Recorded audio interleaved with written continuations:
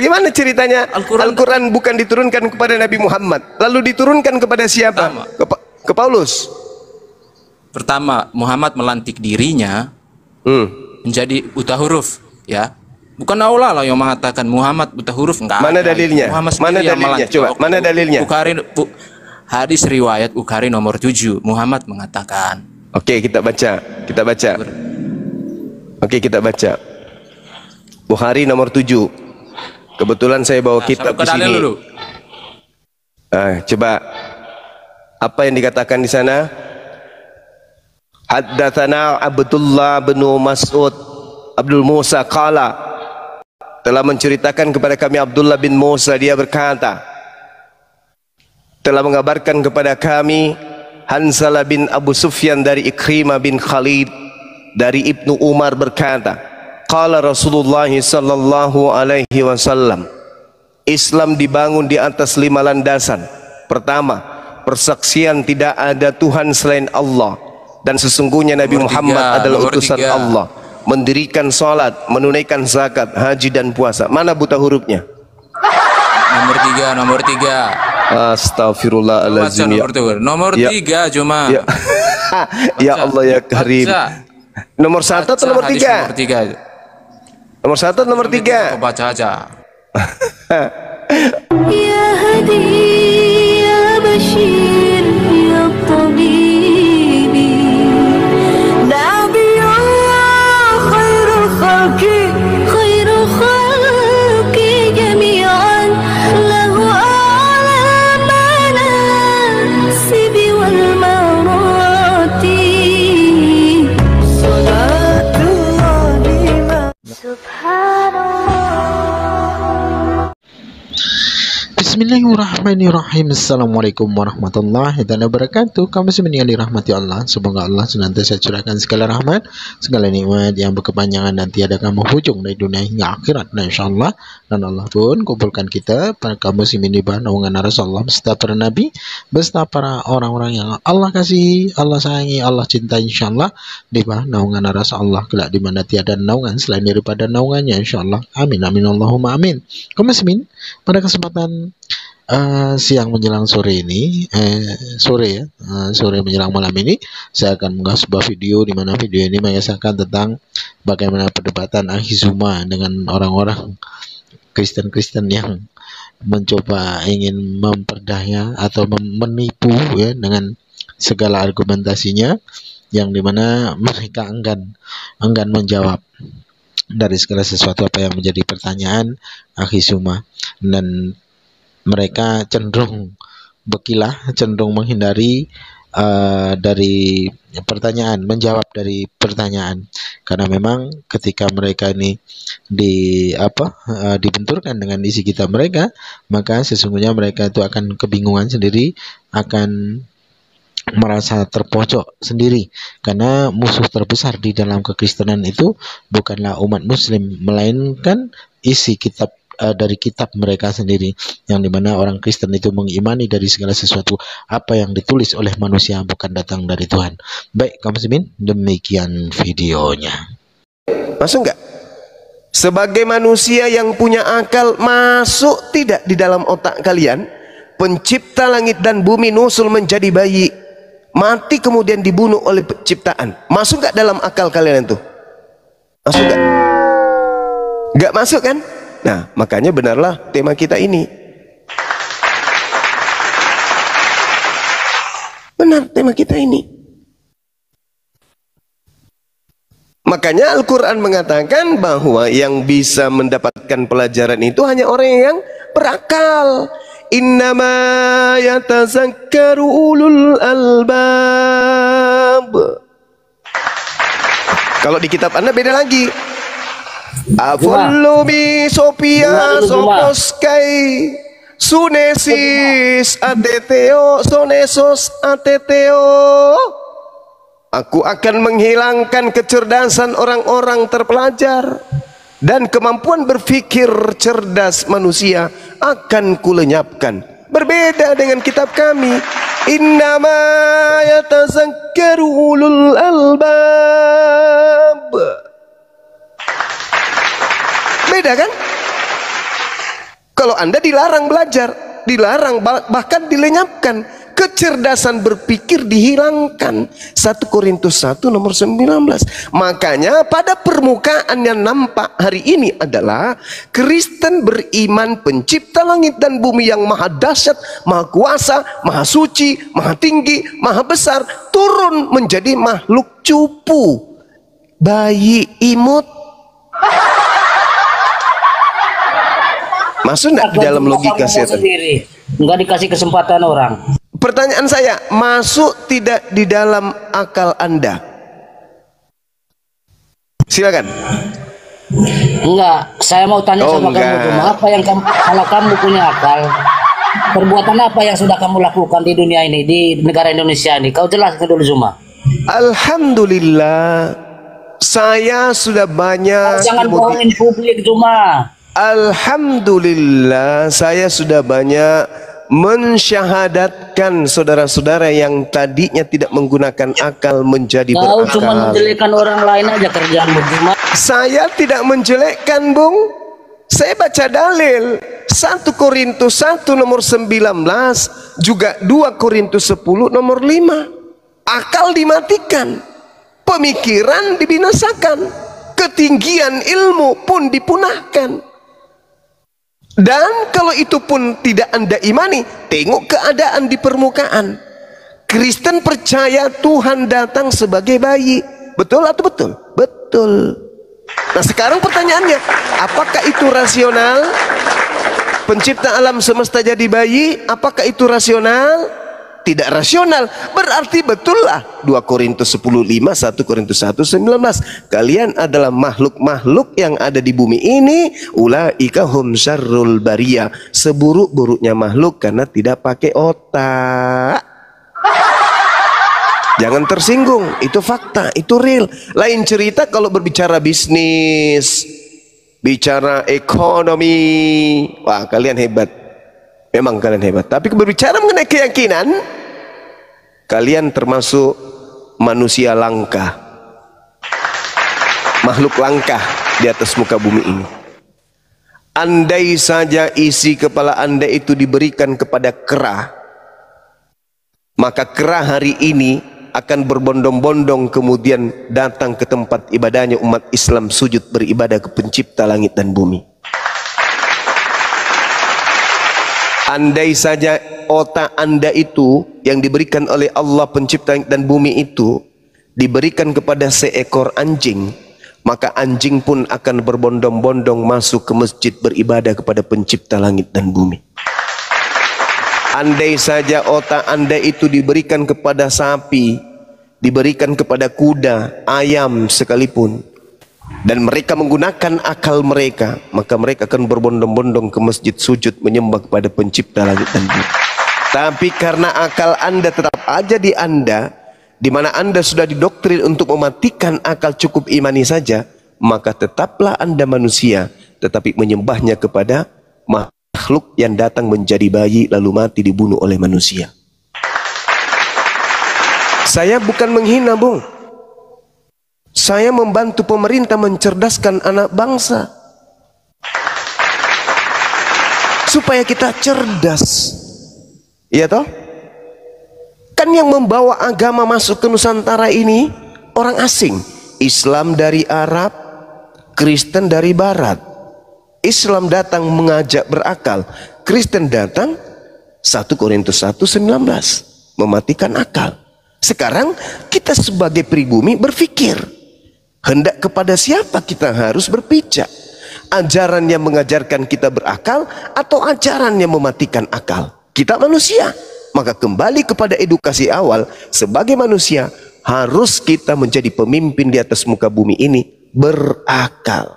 Karena hanya dengan akal dunia bisa kita taklukkan. Itu saudara, saya tidak menghina, saya tidak menghujat. Tapi ketika kita melihat kotoran, maka kotoran itu mau seperti apapun bahasa kita, ya tetap aja busuk. Mau kayak mana coba? Oh betapa harumnya kentutmu, mana bisa? Nggak ada itu, nggak ada. Kau habis makan duren, begitu kau tetap aja baunya seperti Pak Bom Bom. Gak bisa, tetap bau. Gak ada itu cerita. Jadi begitu juga kalau kita bercerita tentang makhluk yang tidak menggunakan akal, ya mau kayak mana Cak Ayu? Berkumpul Cak Kangkung, Cak Ayu, Cak Gomber untuk melakukan suatu keadaan, kalau tidak didasari akal, ya sama aja. Oleh karena itu, Yesus mengajarkan kasihilah Tuhanmu dengan akal. Bukan dengan iman, tapi dengan akal. Setelah akal kita fungsikan, lahirlah iman yang benar. Coba Anda lihat tuh. Kalau iman Anda itu betul, coba Anda lihat Markus 16. Tanda-tanda ini akan menyertai orang yang percaya. Bila minum racun, apa? Tidak mati. Dipatok ular kobra, tidak mati. Bahasa asing mereka ngerti. Bisa kalian lakukan? Tidak bisa. Tidak bisa. Padahal akal sudah mati, pemikiran sudah dipensiunkan. Imani saja, percaya saja, sampai menangis, keluar air mata, keluar air hidung, air kuping, air telinga, keluar semuanya dalam berdoa. Tapi apa yang terjadi?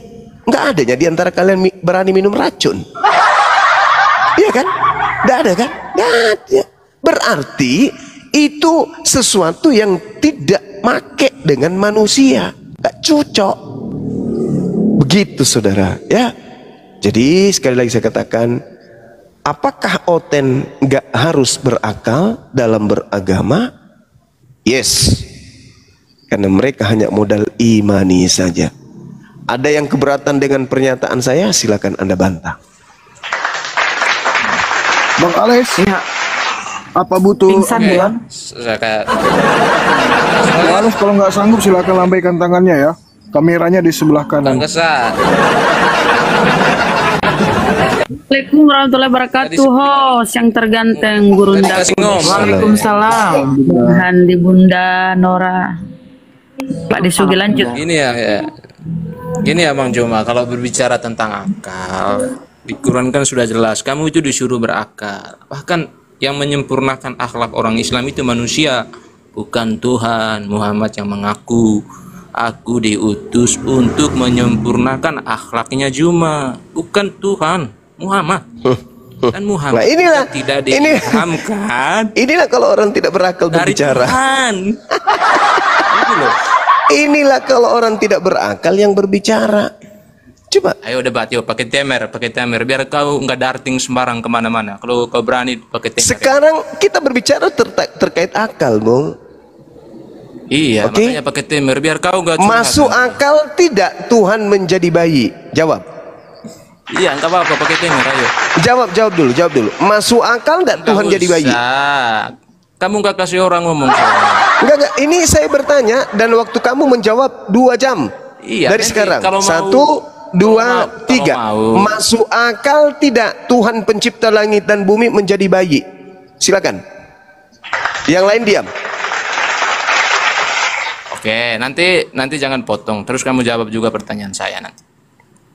Masuk akal ke Tuhan menjadi makhluk atau bayi? Ya masuk akal. Kenapa tidak? Karena Tuhan itu predikatnya maha segalanya.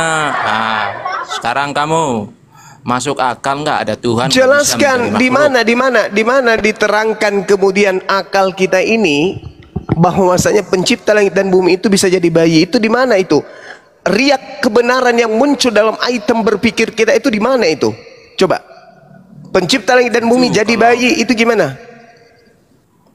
Ya bayi kan makhluk, artinya kan ambil rata aja. Tuhan jadi makhluk gitu aja. Enggak, jadi bayi dulu, jadi bayi, jangan lebay kali. Jadi bayi. Tuhan jadi manusia kan sudah ada dalilnya. Enggak, masuk akal tidak Tuhan pencipta langit dan bumi jadi bayi. Kalau saya ya masuk akal lah namanya. Nah, coba kamu terangkan. Coba kamu terangkan. Kenapa Tuhan bisa jadi bayi? Karena predikat Tuhan itu maha segalanya, bisa jadi apa saja. Kalau bayi maha segalanya? Kalau bayi bukan maha segalanya. Ya Ada sudah. makhluk.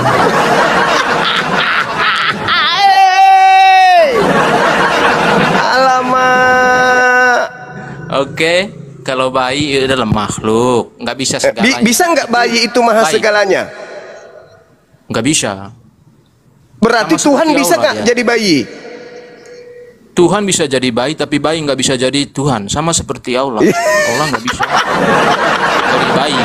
Bayi juga nggak bisa jadi Allah. Ya, jadi gimana ceritanya? Coba masuk akal nggak? Tuhan, dengar. Tuhan maha segalanya. Apakah selama-lamanya Tuhan bisa segalanya atau hanya sementara? Nggak ada sementara, selamanya Nah, bisa. ketika Berubah Tuhan menjadi bayi, apakah Tuhan yang bayi ini maha segalanya? Tuhan jadi bayi, ya tetap Tuhan yang maha segalanya adalah Tuhan yang jadi bayi. Gitu loh. Ya, berarti bayi ini maha Pikir segalanya. cara prinsip. Tuhan yang jadi bayi itulah Tuhan yang maha segalanya. Iya, bayi Bayinya yang cuma- adalah Tuhan ini, bayi yang adalah Tuhanmu ini, apakah maha segalanya?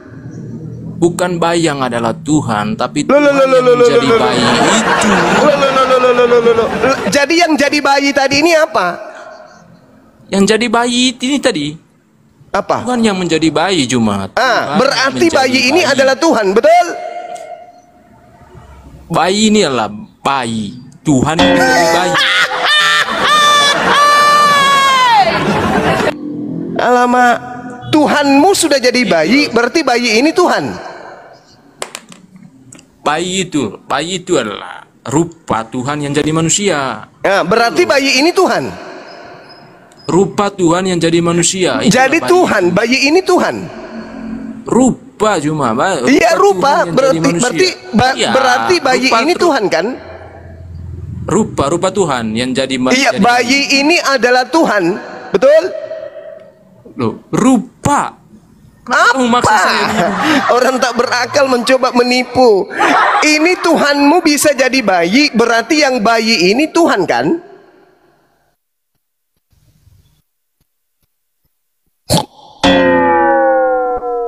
Inilah saya katakan agamamu itu nggak masuk akal. Ini kamu merasakan bukan? Nah, merasakan mau ke sana salah, mau ke sini salah, mau ngomong ini salah, mau ngomong itu salah. Kau rasakan bukan? Karena agama itu tak menggunakan akal. Tuhan jadi bayi. Ketika dia bayi, apakah dia masih Tuhan? Bingung. Mau jawab apa ini? Paman, bantu aku, paman. Kemana ini? Inilah yang saya katakan. Agamamu itu nggak boleh pakai akal. Kenapa tersendat jawabanmu? Karena kau masih ada akal, tapi tidak berfungsi. Sehingga kau akal-akalan. Itu rupa.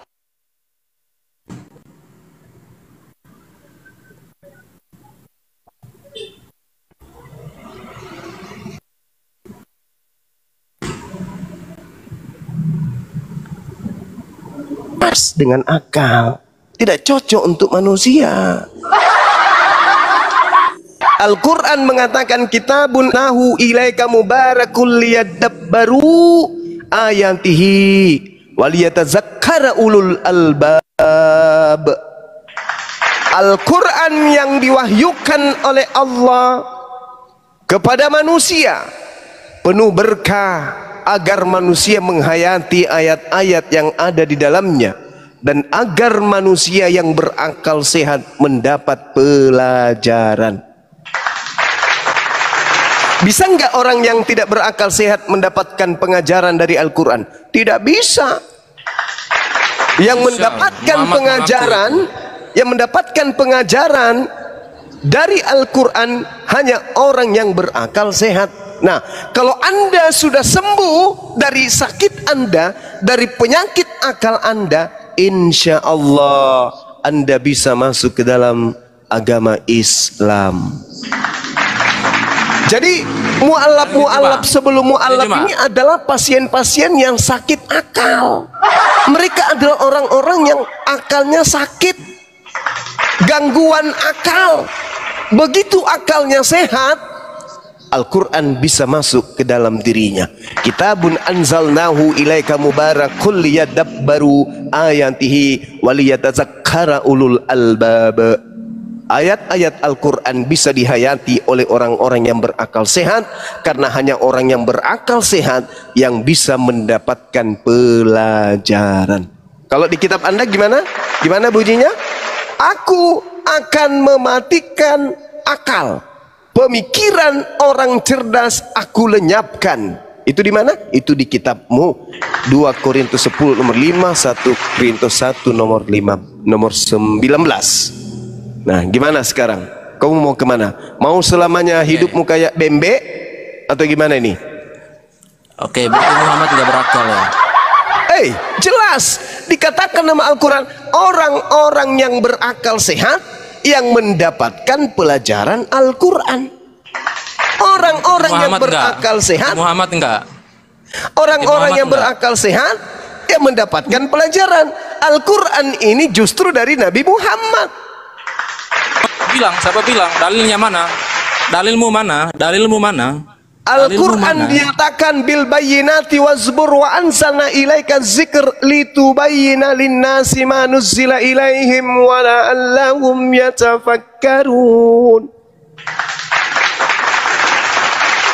Jadi yang menjelaskan, yang menerangkan, yang menguraikan, yang mentafsirkan Al-Quran adalah baginda Rasulullah Muhammad SAW, sehingga berdirilah dengan tegak dinul Islam. Subhanallah. Muhammad nggak pernah menjelaskan Al-Quran, cuma kamu jangan ngarang di sini. Ya, ini kalau berbicara dengan orang tidak berakal yang kayak gini. Bukan orang tidak berakal, kamu itu orang doktrin. Kalau tidak kamu berakal main doktrin. Orang kalau tidak berakal ya kayak gini. Kalau tidak berakal kamu main begini. doktrin. Gimana Anda mengatakan saya mendoktrin? Loh, apa buktinya saya mendoktrin? Al-Quran diturunkan kepada Muhammad, itu doktrin. Loh, mana dalil? Jadi Al-Quran ini dari mana rupanya? Dari Paulus. Kau mau mengklaim lagi? Al-Quran itu tidak diturunkan kepada Muhammad.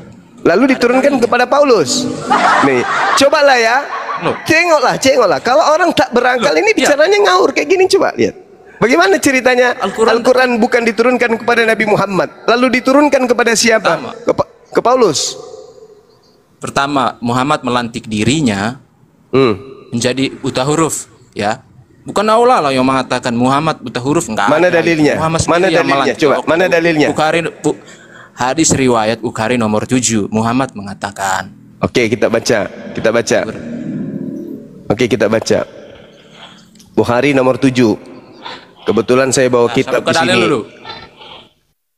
Coba apa yang dikatakan di sana? Haddatsana Abdullah bin Mas'ud Abdul Musa qala, telah menceritakan kepada kami Abdullah bin Musa, dia berkata, telah mengabarkan kepada kami Hanzalah bin Abu Sufyan dari Ikrimah bin Khalid dari Ibnu Umar berkata, qala Rasulullah sallallahu alaihi wasallam, Islam dibangun di atas 5 landasan. Pertama, persaksian tidak ada Tuhan selain Allah dan sesungguhnya Nabi Muhammad adalah utusan Allah, mendirikan salat, menunaikan zakat, haji dan puasa. Mana buta hurufnya? Nomor 3. Astagfirullahaladzim. Nomor 3 cuma. Ya Allah ya Karim. Nomor 1 atau nomor 3? Nomor 1 atau nomor 3? Baca aja. Allahu Akbar, Masya Allah. Coba diceritakan di sana kemudian baginda Rasulullah Muhammad sallallahu alaihi wasallam ketika didatangkan kemudian bacaan Al-Alaq, Iqra, beliau kemudian mengatakan apa? Aku tidak dapat membaca. Apakah di situ ada bacaan? Apakah di situ ada bacaan? Apa Muhammad mengaku? Kenapa Muhammad? Karena tidak ada yang mau dibaca, tidak ada yang mau dibaca. Emang di situ ada bacaan? Ada bacaan? Berarti nggak ada wahyu. Berarti nggak ada wahyu. Waduh, susah ini teman-teman. Susah gimana? Kamu yang mengklaim tidak ada bacaan di situ, berarti nggak ada wahyu di situ. Susah ini teman-teman. Mana Al-Quran yang turun kepada Muhammad itu mana? Klaim aja, doktrin nggak boleh di sini, bro. Kau hadapan dengan ahli kitab, makanya kalau berani pakai temer. Ahli kitab? Kau nggak usah darting sembarangan. Ahli kitab, kamu ahli kitab? Ya, iya jelas ahli kitab. Kitabnya Nabi Musa diturunkan dalam bahasa apa? Udah, kau jawab ini aja. Enggak usah Al-Quranmu. Aduh, parah. Ngeri kali, Bang. Kamu itu bahlul kitab. Kau itu bukan ahli kitab, kau itu Kristen. Ahli kitab itu Bani Yakub, Bani Israel, Bani Yehuda. Kau itu Bani apa kau itu? Kau itu bahlul kitab.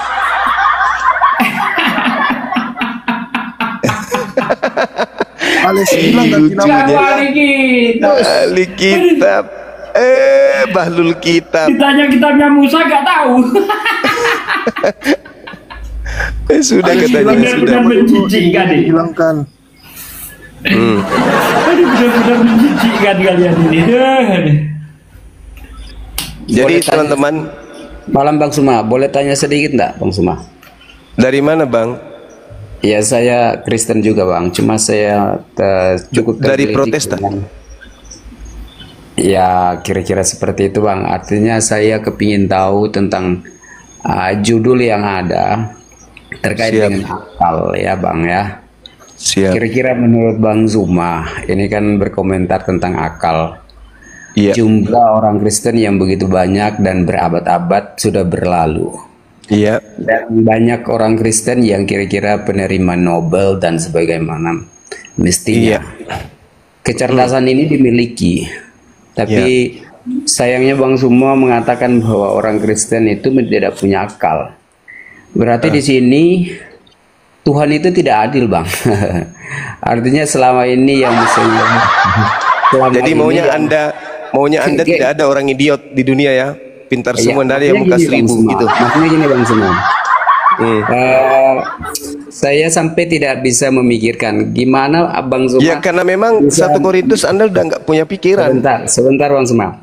Artinya gini, begitu banyak prestasi-prestasi yang dimiliki oleh orang Kristen. Yes. Selama Termasuk bikin berabad-abad mesin ya. kondom. Tapi Ya. sebentar. Bikin Bang. apa lagi Doldi? Apa Bahwa itu namanya? Gini Bang Zuma. Bang Ahisugi itu yang tahu itu. Kita tidak bisa gini Bang.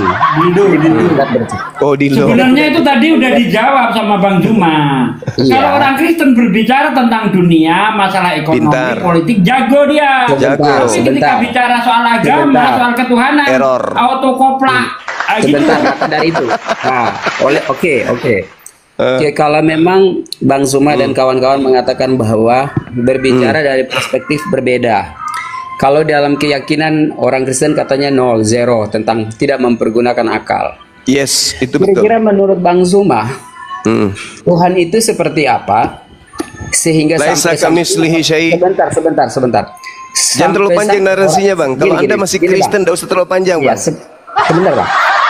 Sampai orang yang mengikuti Tuhan, orang yang menjadi Kristen, dan dia sudah berkarya begitu banyak, gitu ya. Ya. Tetapi Bang Zuma mengatakan bahwa mereka ini adalah tolol dan tidak punya akal. Iya. Dari mana hukum keadilan Tuhan yang melihat umatnya yang sudah bertahun-tahun meyakini dengan bahwa adanya Tuhan itu sendiri. Lalu hikmat dan bijaksana pengetahuan itu ya datang dari Tuhan itu sendiri. Oke. Nah, kira-kira pengetahuan ini apakah tidak dipakai oleh orang Kristen? Oke. Sehingga Bang Zuma mengatakan bahwa mereka Udah Bang, kepanjangan Bang. Aduh, panjang sekali umat. Kau tadi mengatakan kau pengikut Tuhan aja, kau udah nggak berakal itu, udah jelas. Aduh, Gini Bang Sugi, artinya saya sampai tidak bisa memahami tentang jalan pikirannya Bang Zuma ya, dengan Iya, Anda kan tidak berpikir, Fakta tidak berakal. membuktikan ketika orang Kristen gini Bang fakta Sugi, membuktikan, sejarah membuktikan ketika orang Kristen dekat dengan Bible, mereka Pasti error. goblok semua. Sehingga Pasti seorang ilmuwan yang namanya Galilei Galilei dihukum oleh gereja.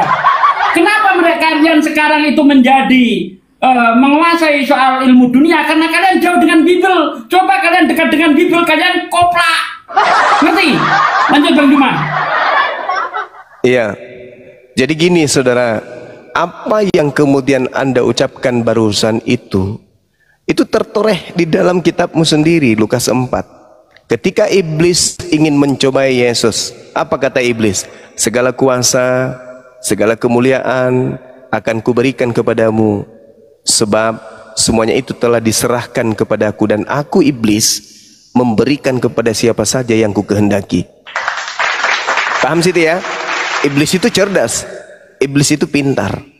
Nah sekarang saya ingin mengetahui dari Anda, kepintaran apa, temuan apa yang ditemukan oleh Kristen yang berlandaskan Bible. Silakan. Satu aja. Kalau nggak tahu kasih tahu. Vacuum cleaner, ular makan debu. Silakan Bang. Penemuan yang berdasarkan Bible ya. Itu maksudnya berdasarkan Bible dalam arti saintis gitu ya. Apapun itu. Jadi penemuan orang Kristen pada abad pertama seperti itu atau gimana ya? Saya kurang paham. Apapun yang berasal dari Bible.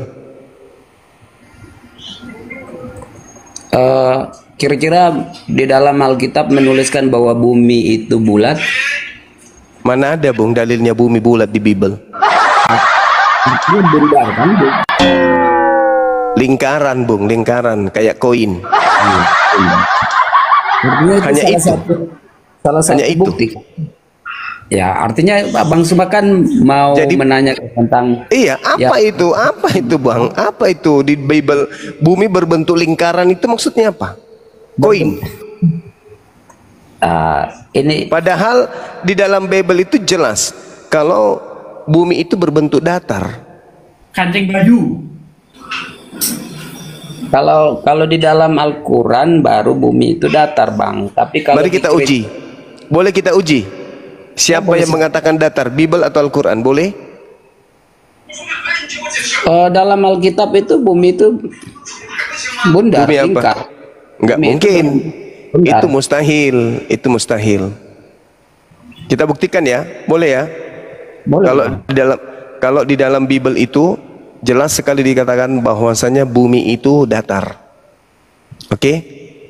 Sekali lagi iblis membawa Yesus ke sebuah gunung yang sangat tinggi dan menunjukkan kepadanya semua kerajaan dunia dan kemegahannya.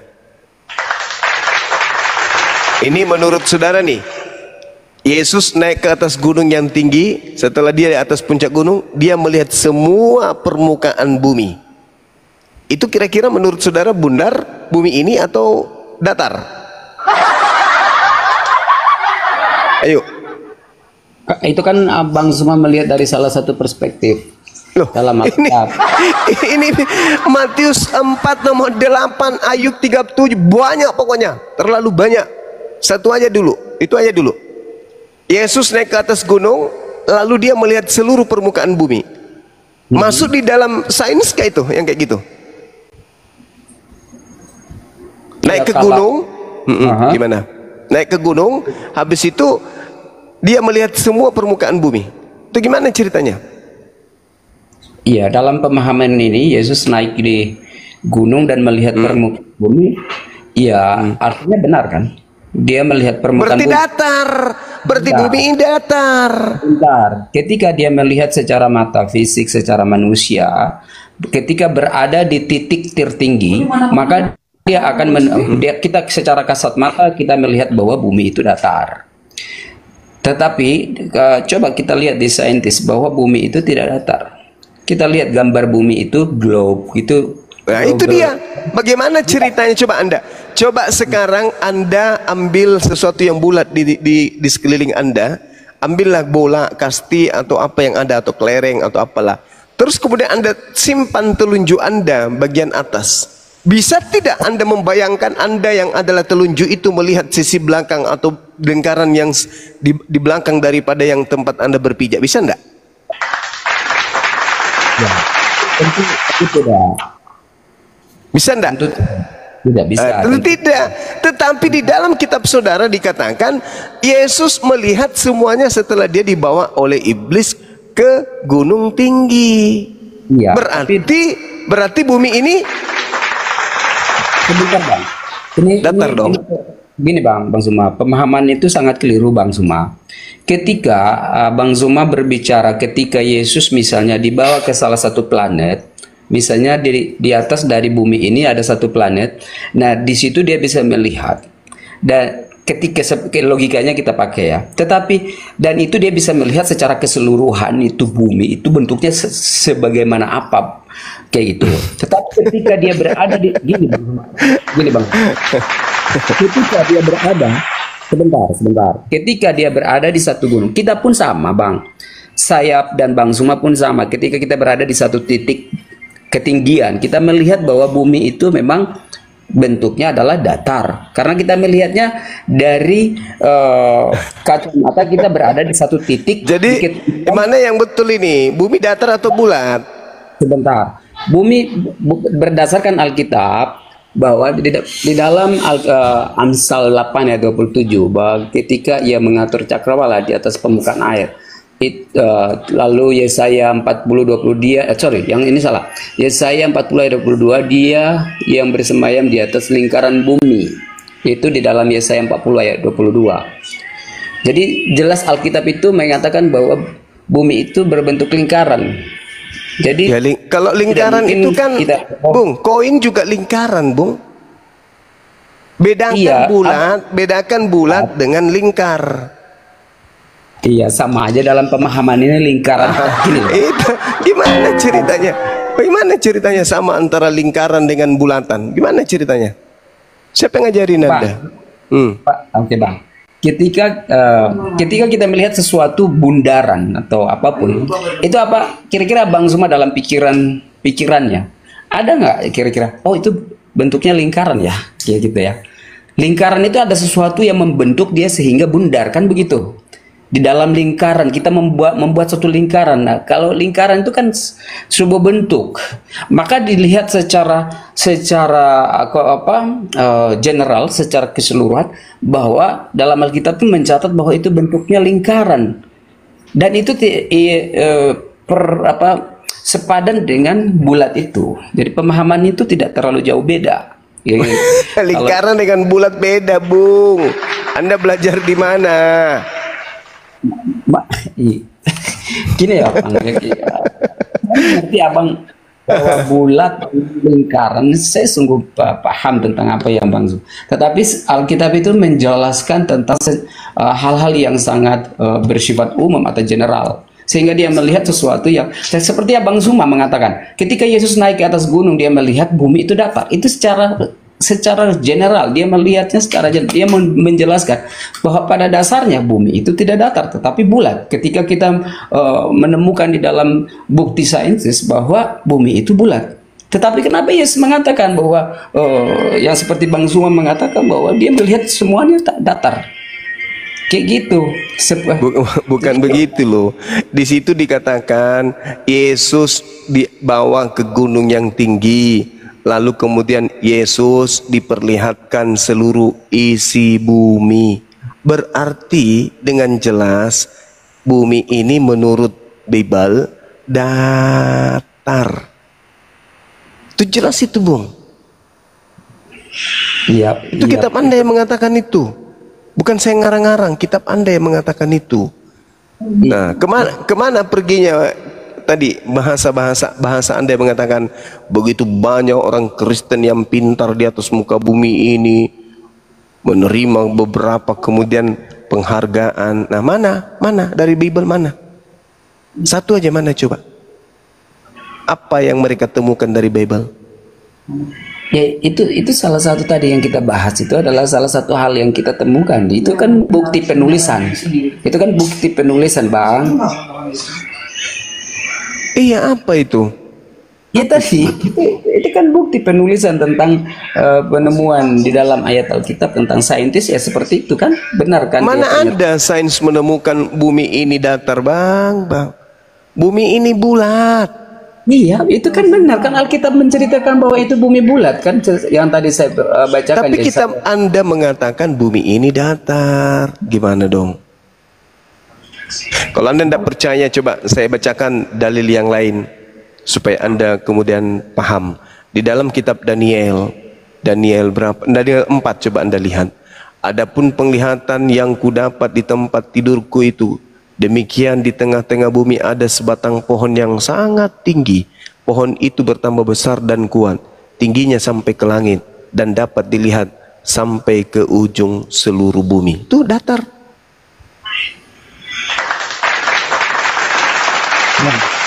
Ketika itu sama seperti abang tadi menjelaskan tentang Yesus naik di gunung.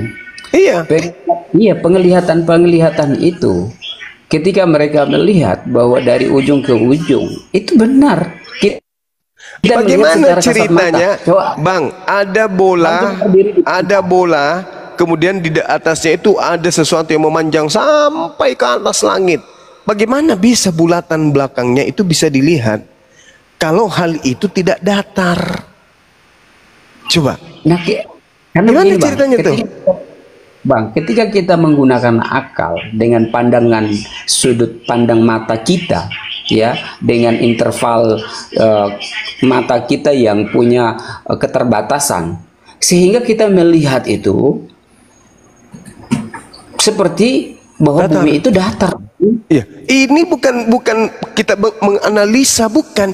Ini firman Tuhan Anda yang mengatakan itu, katanya demikian. Berarti menurut Bible bumi ini datar. Saya kasih data lagi, Mazmur 19. Tetapi gema mereka terpencar ke seluruh dunia, dan perkataan mereka sampai ke ujung bumi. Ia memasang kemah di langit untuk matahari, dan keluar bagikan pengantin laki-laki yang keluar dari kamarnya. Giram bagikan pahlawan yang hendak melakukan perjalanannya. Dari ujung langit dia terbit, dan ia beredar sampai ke ujung yang lain. Tidak ada yang terlindung dari panas sinarnya. Tuh. Jadi tidak ada yang mengalami malam, tidak ada mengalami malam. Kalau tidak ada mengalami malam berarti datar. Akui aja, Bang, bahwa di dalam kitabnya Kristen memang bumi itu datar. Udah selesai. Jadi tak ada yang bisa diharapkan dari Bible terkait dengan ilmu pengetahuan, itu tak ada. Itu makanya saya katakan, kalau mau menjadi orang Kristen, dalam hal ini imannya orang Kristen, jangan pakai akal. Karena kalau pakai akal nggak akan nyambung. Contoh kasus yang tadi, Tuhan jadi bayi. Masuk nggak akal Anda tuh, Tuhan jadi bayi? Sebentar, Bang. Kan masuk akal Anda, Tuhan jadi bayi, itu aja dulu. Pokok pondasi awalnya ketuhanan Kristen. Tuhan jadi bayi itu masuk akal nggak? Kalau berbicara tentang Tuhan menjadi bayi, secara teologi ya, Bang, ya, pemahaman tentang konsep ketuhanan itu kan berbeda dengan pemahaman Islam itu sendiri, Bang. Jadi kalau misalnya orang Kristen mengatakan bahwa dalam Alkitab berbicara bahwa firman sesuai dengan Yohanes 1:14 bahwa firman itu telah menjadi manusia atau telah menjadi daging, tentunya proses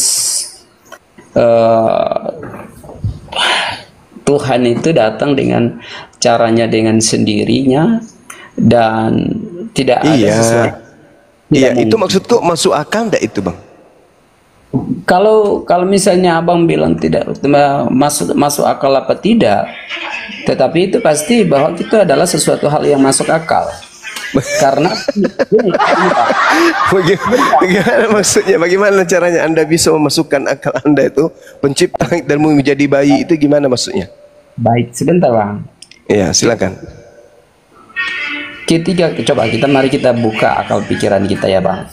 Ya. Ketika Tuhan yang maha besar, Tuhan yang punya kekuasaan, ketika dia ingin mau menjadi seorang manusia, apakah itu tidak mungkin, Bang? Iya, bukan tidak mungkin. Yang kita bahas ini akal. Masuk akal tidak. Pencipta langit dan bumi yang begitu dahsyat tiba-tiba menjadi unyu-unyu.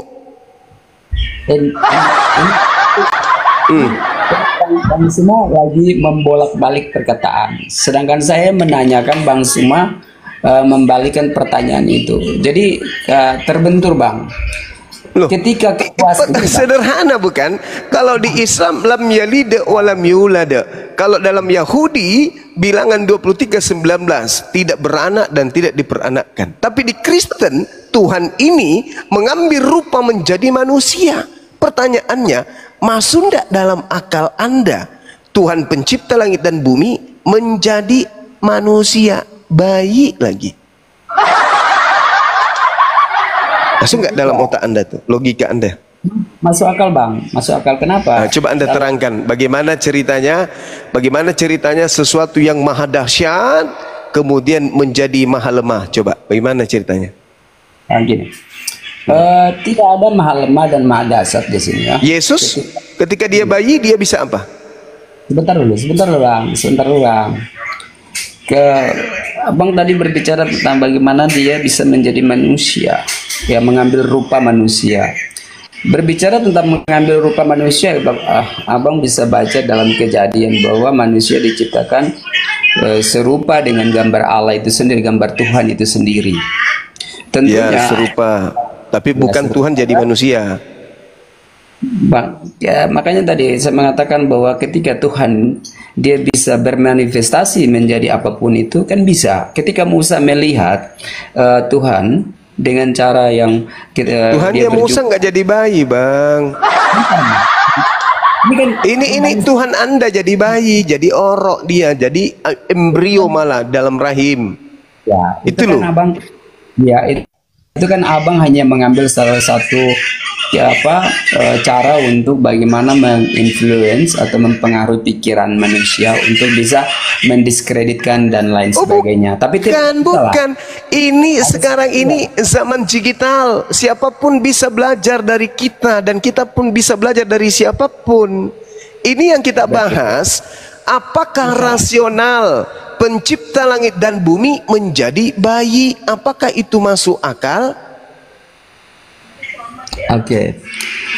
Ketika Bang Suma mengatakan pencipta menjadi seorang bayi, tetapi ini adalah salah satu proses bagaimana Tuhan itu mengambil salah satu kerendahan atau apa istilahnya ya, mengosongkan diri ya. Dia mengosongkan diri, mengambil sebagai seorang hamba, sehingga Tuhan yang istilahnya sang Bapa yang tidak terhampiri, yang tidak bisa itu, tentunya dia harus membuktikan bahwa dia itu ada, dan sesuaikan dengan kejadian bahwa manusia diciptakan serupa dengan gambar Tuhan, sehingga dia membuktikan dirinya datang sebagai manusia. Dan pemikiran kekristenan bahwa tidak apa istilahnya masuk akal lah bahwa Tuhan itu bisa menjadi manusia, inkarnasi menjadi manusia. Bagaimana ceritanya? Apakah ketika pencipta maha kuasa menjadi bayi itu masuk akal? Masuk akal menurut saudara? Lalu siapa yang menjaga alam semesta ini, bang? Lalu siapa yang menjaga alam semesta? Karena gini bang, siapa yang menjaga alam ini? Kan kekuasaan ya, satu power yang luar biasa yang ada. Abang bilang sudah jadi bayi. Kalau itu kan hanya bagaimana firman itu proses turun menjadi manusia. Iya. Tapi setelah dia jadi bayi, bang, siapa yang menjaga alam semesta ini? Tetap dia dalam kebayiannya. Bukan dalam kedahsyatan, kan sudah jadi bayi, bang, udah jadi bayi dia, bang. Itu kan firmannya, kecerdasannya dia, logika Allah, pikiran atau firman itu yang telah menjadi manusia, sang sumbernya itu, ya dia tetap. Jadi bukan Tuhan yang menjadi bayi. Ya itu kan saya udah jelaskan bahwa firman, karena firman itu telah menjadi manusia. Iya, bukan Tuhan yang jadi bayi. Kalau ini Bang Suma itu hanya menekan di bayi aja. Jadi firman itu kan adalah Allah itu sendiri, Bang Juma. Ya, terus jadi bayi kan? Kalau ini pemahaman gagal total. Jadi bayi kan? Tuhan yang adalah Allah menurut kalian jadi bayi kan? Sekarang pertanyaan saya, ketika pencipta alam semesta ini jadi bayi, yang menjaga alam semesta ini siapa? Oke. Dia menjadi bayi itu bukan dia menjadi bayi itu bukan berarti melepaskan dari keilahiannya dia atau gimana? Gimana ceritanya maksudnya? Tuhan Anda Allah jadi itu maha bayi, dahsyat. berarti Tuhan Anda saat itu ya bayi itu.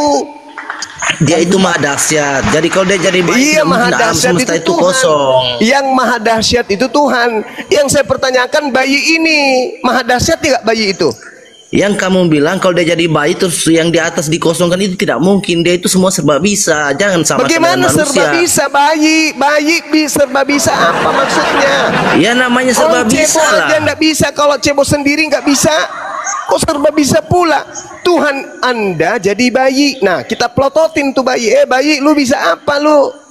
Bayinya ngomong, aku pensiun jadi Tuhan mas, sekarang aku jadi bayi. Kenapa dia harus jadi bayi? Karena kalau dia langsung turun ke bumi, bumi ini renyah. Iya sudah, dia sudah jadi bayi. Nah. Udah ada di tengah-tengah kandang domba. Sekarang Nah percuma kalau pertanyaannya, dijelaskan secara logika sekarang kami Kristen, kamu nggak bagaimana? mau terima, nggak Coba sepemahaman Anda gitu. terangkan secara logika. Tuhan Anda menjadi bayi, bayi ini Anda pelototin, tanya, bayi, apakah Anda masih kuasa? Bicara aja kagak, ngerti aja kagak, paling menjulur lidah, paling kayak gitu. Jadi bayi loh paman. Sekarang pertanyaannya, masuk akal ndak pencipta yang begitu dahsyat, yang mengatur alam semesta, mengatur oksigen, mengatur malaikat, mengatur planet-planet semuanya, lalu kemudian jadi bayi, masuk akal nggak? Oke, jadi silakan. bayi, ya. Tuhan Kristen jadi bayi. Ya. Kalau Tuhan Islam ada nggak? Jangan ke sana. Iya, coba tunjukkan dulu berupa manusia, kah batu, kah apa ada nggak?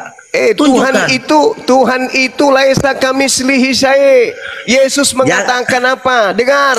Tunjukin Yohanes dulu 5, dengar, mana dengar, dengar. Yohanes 5 nomor Allahmu mana? 37. Tunjukin Allahmu mana? Tunjukin. Yesus berkata, Yesus berkata, Bapa tidak pernah kamu lihat, suaranya pun tidak pernah kau dengar.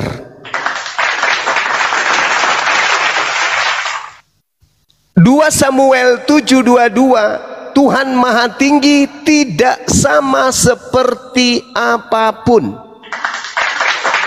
Yeremia 10 nomor 6, Tuhan Maha Tinggi tidak serupa dengan makhluk. Al-Quran menyatakan Allah Tuhan laisa kamislihi syai', tidak serupa dengan apapun. Kristen berkata Tuhan serupa dengan bayi. Maka muncul pernyataan mustahil orang menggunakan akal bisa bertahan di Kristen, kecuali modal imani saja. Bagaimana mungkin ada orang berakal Tuhannya pernah jadi bayi?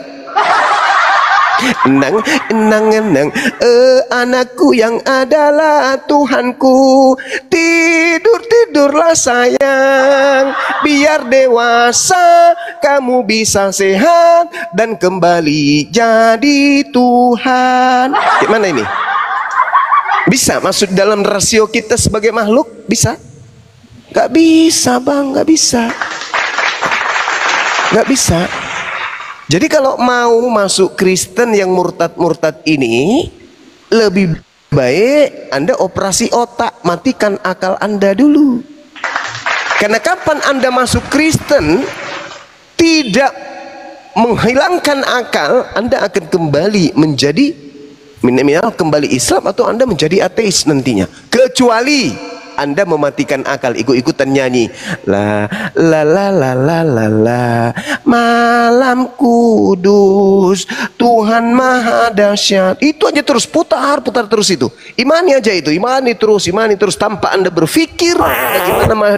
Bagaimana bisa maha dahsyat sementara Tuhan bisa kentut? Coba.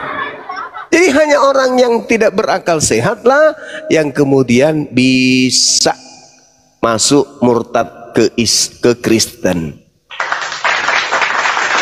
Hanya orang yang tidak berakal yang bisa masuk ke sana.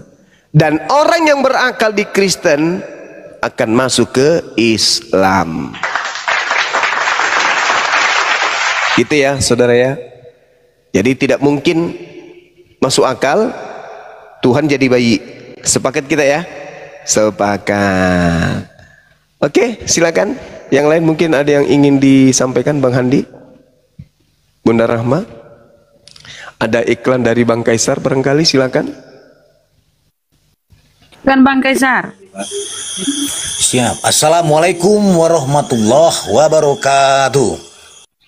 Waalaikumsalam warahmatullahi wabarakatuh. Assalamualaikum warahmatullahi wabarakatuh. Baik teman-teman, kencangkan lagi tetep layarnya teman-temanku ya, dikencangkan lagi. Teman-teman, sebelum saya bernubuat pada malam hari ini, saya mau mengambil dan sudah menyimpulkan satu kutipan dari Gurunda Zuma. Kutipan Gurunda Zuma. Kafir bertanya, Bang Zuma, apa yang sudah Anda lakukan? Alhamdulillah, banyak kafir yang disahadatkan. Akal dan logika harus digunakan, ketinggian ilmu pun dipunahkan. Agama penjajah datang mematikan akal, menjadikan kalian seperti Sinchan si bocah nakal. Oleh karena itu, Islam datang memberantas dan menangkal, didasari akal logika kebenaran yang kekal. Sekali lagi ditanya apakah kafir berakal? Jawabnya cukup imani dan akal nakal. Tuhan pencipta menjadi bayi, apakah masuk akal? Jawaban macet seperti congor tertelan sendal. Sebelum bertanya, menjawab, pikirkan sejenak. Omonganmu maju kena, mundur pun kena. Itu karena kau percaya Tuhan beranak, sekalian kau konsep Tuhan bisa diternak. Kafir Bani Babi mengaku ahli kitab, bahasa Indonesianya saja masih gagap. Coba baca Ibrani, Musa punya kitab, auto dungu dan gangguan saraf. Malam ini penuh dengan nubuatan ya. Ada tertulis, kejadian dan kebetulan bayi imut jadi Tuhan. Bilangan dan bilangin, pasal 1 masuk angin, ayat 2 dikerokin. Catat ya.